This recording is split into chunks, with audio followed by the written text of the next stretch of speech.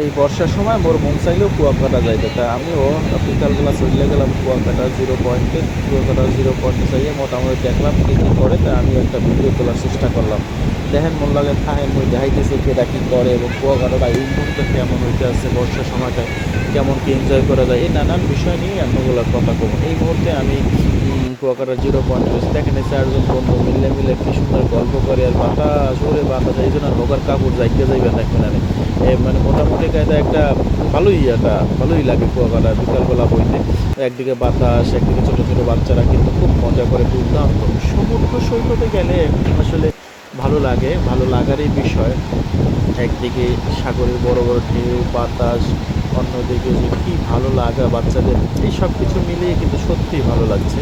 আর সেদিনের জায়গাটা যে গিয়েছিলাম সেই সময়টা অনেকটা মুহূর্ত এনজয় করেছিলাম। এই এখন কিন্তু বর্ষা মৌসুমে কুয়াকাটা সমুদ্র সৈকতে একটা আসল সৌন্দর্য কিন্তু উপভোগ করা যায়।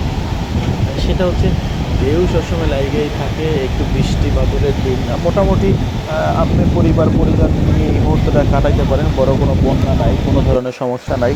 আপনি হোটেলে ভাড়াও কম আছে, হ্যাঁ। তারপর হচ্ছে কোনো ঝামেলা ছাড়াই কিন্তু আপনি কুয়াকাটার পুরো সৈকত আপনি নিরিবিলি আস্তে আস্তে দেখতে পারবেন পরিবার পরিজন নিয়ে। একদিকে আপনার মনে একটা প্রশান্তি আসলো, অন্যদিকে আল্লাহ তাআলার যে নেয়ামত সেগুলো আপনারা দেখতে পারবেন। এই হচ্ছে একটা দারুণ একটা ইস্যু। কারণ আর তারপরে এই বন্ধু-বান্ধব মিলে কিন্তু এটা সবাই দেখেন সুন্দর মতো এনজয় করতেছে। আসলে ঘোরার বিকল্প কিছু নয়। আপনি যখনই ঘুরতে যাবেন তখন আপনার পুরো শরীর, মন, দেহ সব কিছুই একটা ভালো লাগা কাজ করবে। আপনার মনে দুঃখ থাকলে সেই দুঃখ চলে যাবে। দেখেন অন্য পাশে সমুদ্রের মাঝে কীভাবে লোকজন যে গোসল করতেছে ভাই, এই গোসল করার যে ফিলিংস এটা বলে কয়ে বোঝানো যাবে না। অন্য পাশে কিন্তু কিছু হুজুররাও আলেমরাও এখানে অবস্থান করতেছেন, তারাও সৈকতের নেয়ামত দেখতেছেন। আল্লাহ তাআলা যে বিশাল নেয়ামত, এই নেয়ামতগুলোই হচ্ছে এই কুয়াকাটা সমুদ্র সৈকত। কারণ যেখানে পাহাড়, পর্বত, নদ, নদী আল্লাহ তাআলার নেয়ামত আছে সেখানে সবাই যায়, সবাই আল্লাহ তাআলার কুদরত দেখে। এই যে সাগরের বিশালতা, আল্লাহ যে কত নেয়ামত সৃষ্টি দেখেন।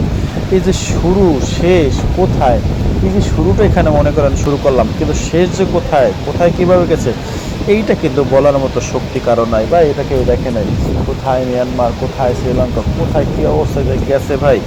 আল্লাহ তাআলার যে বিশাল যে রহমত, বিশাল যে সৃষ্টি, এগুলো যেতে হয়। এই জন্য বলা হচ্ছে কুল সিরু ফিল আরদ, তোমরা জমিনের বুকে ঝাঁপিয়ে পড়ো।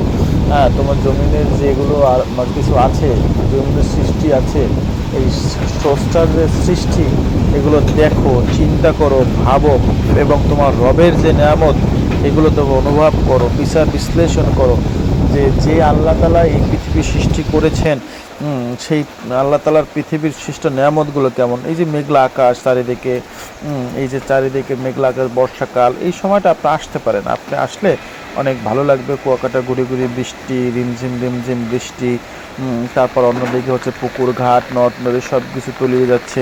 এগুলো এগুলো খুব ভালো লাগবে। আপনারা আসেন, কুয়াকাটায় আসলে এগুলো সবগুলো দর্শন দেখতে পারবেন, ভাবতে পারবেন। এই বর্ষা মৌসুমে যদি আপনার সময় থাকে তাহলে আপনি আসতে পারবেন, আসতে পারলেই আপনার ভালো লাগবে। কারণ এই ভালো লাগার বিষয়গুলো বলে কয়ে বোঝানো যায় না। এগুলোই হচ্ছে সমুদ্র সৈকত, এগুলোই হচ্ছে নেয়ামত, এগুলোই হচ্ছে আমাদের জন্য একটা আশীর্বাদ। কারণ আমরা যখনই পৃথিবীর মধ্যে এগুলো দেখতে পাই তখন আল্লাহ তাআলার যে মানে একটা রহমত আমাদের প্রতি, করুণা, সেটা আমরা ফিল করি। সুতরাং আপনার হাতে সময় থাকলে চলে আসেন, বের হয়ে আসেন। আপনার সবাই একটু বের হয়ে আসেন, তাহলে ভালো লাগবে আপনাদের। কারণ আমাদের জীবনে আল্লাহ তাআলার নেয়ামত দেখা কত বড় যে রহমত, এগুলো বলে কয়ে বোঝানো যায় না। সুতরাং বর্ষা মৌসুমে আপনার হাতে সময় থাকলে চলে আসেন, ভালো লাগবে। ঘুরে যান কুয়াকাটা সমুদ্র সৈকত, আশেপাশে যেখানে যা আছে সেগুলো সব দেখে যান। কুয়াকাটা এখন আশেপাশে যে প্রতিষ্ঠান রয়েছে, স্থাপনা রয়েছে, সেগুলো আসলে আপনি দেখতে পারবেন, ভাবতে পারবেন, চিন্তা করতে পারবেন এবং আপনার মনের খোরাক জোগাতে পারবেন। ভালো থাকেন, আবারও দেখা হবে, কথা হবে। আল্লাহ হাফেজ।